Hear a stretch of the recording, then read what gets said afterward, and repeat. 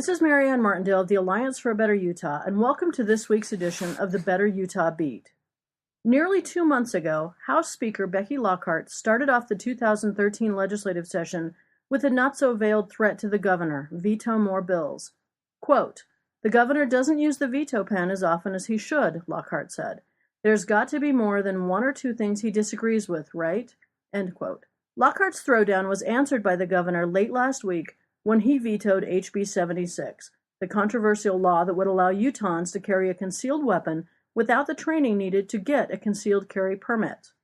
Herbert cited two prominent reasons for why he vetoed the bill.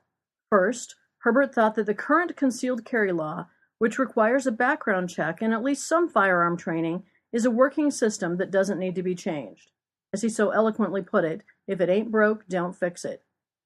His second reason for vetoing the bill was an appeal to Utah's own concern for the image it projects to the rest of the world, a concern that Herbert's economic and development team are keenly aware of.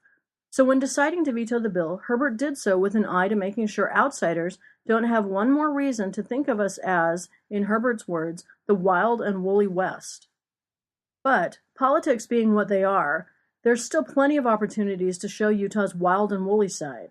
Lockhart's throwdown could be exposed as a power play if the legislature decides to meet to overwrite Governor Herbert's veto. The bill passed the state legislature the first time with a veto-proof majority, a 2-vote margin in the Senate and a 1-vote margin in the House. But with such a close vote, the governor's leadership could likely be sufficient to persuade at least a few of the bill's supporters to back down. It's worth noting that Governor Herbert hasn't been alone in his reasonable decision to veto the law. The Republican governor of another western state, South Dakota, also vetoed a bill similar to the one our own legislature passed. And then there is the call from the Salt Lake Tribune, Bishop Wester of the Catholic Diocese, as well as the hundreds of Utahns who have signed Better Utah's petition to veto the controversial gun bill. Herbert has more than enough cover. The governor's veto is just a drop in the bucket in the large scheme of things.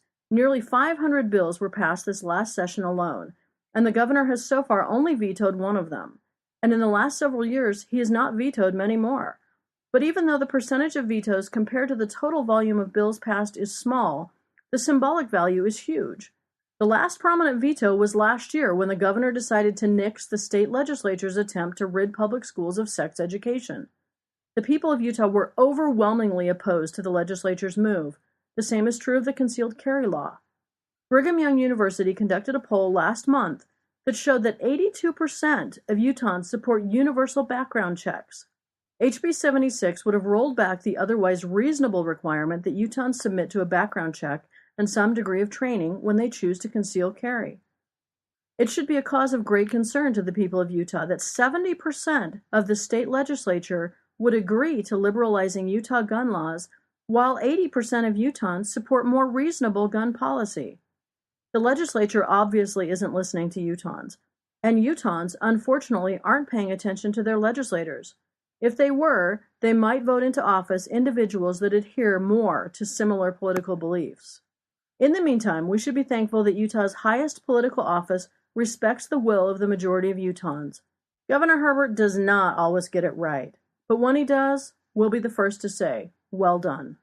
This is Marianne Martindale with this week's edition of the Better Utah Beat. Have a great week, and remember, together we can make a better Utah. For more information, visit betterutah.org.